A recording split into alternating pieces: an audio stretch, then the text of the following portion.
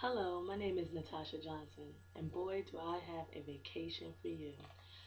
You ever go to the movies and see Lord of the Rings and wonder, wow, that Shire that Frodo and his friends and family was on was very beautiful. Where is that at? How can I get there? Well, I've been there, and it's in Christchurch, New Zealand, one of the most beautifulest vacation spots that you can ever think of. I've had the pleasure of visiting there a couple of times, and there's a lot of things to do, but it's not cheap and it's not easy to get there. Well, New Zealand is one of the youngest countries on Earth, and it's the last major landmass to be discovered, and has a fascinating history of both Maori culture and European heritage. So let's think about this. How can we get there? Well, when thinking about a vacation, some of the major things that you need to know is what do you want to do there, how long it takes to get there, and cost. Cost is always the most important because if we can't afford it when we get there or to get there, it's not going to be fun. And we're not going to be able to do the things that we need to do. Well, I've looked up a couple of things and a couple of dates, and I found that it's a little pricey, but if you save and you take your time, it can be done. On kayak.com, I found that it was $962 for one person ticket to fly from San Francisco to New Zealand, which was way cheaper than when I went. And this is for the dates of August 16th to 31st. Not so bad. And if you're taking more than just yourself, then you might want to save up a little bit more because it could be pricey for a family.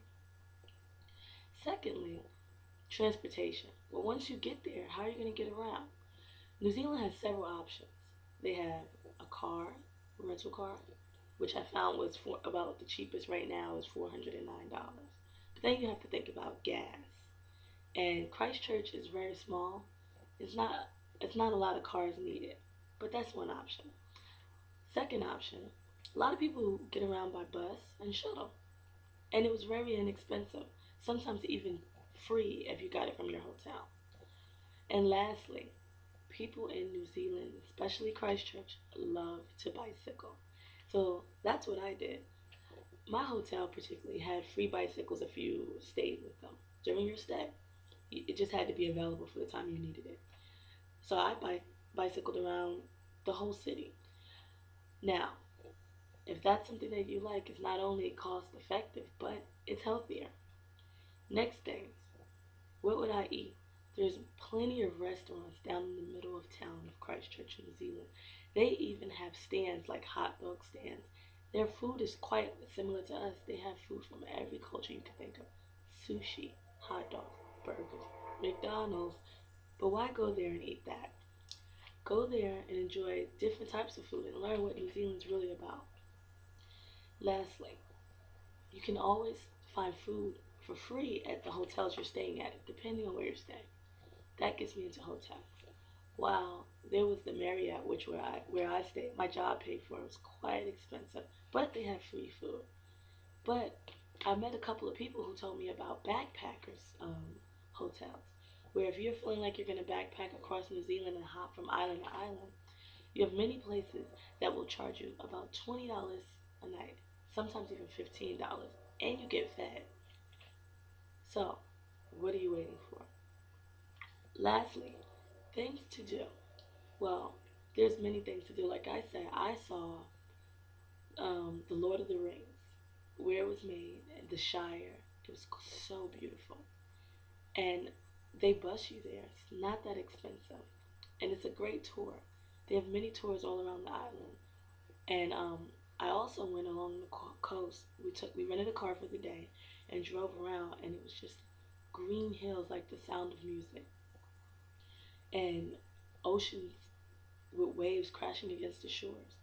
There's a lot of sheep in New Zealand, I must admit, large amounts of sheep farms, and it's so beautiful.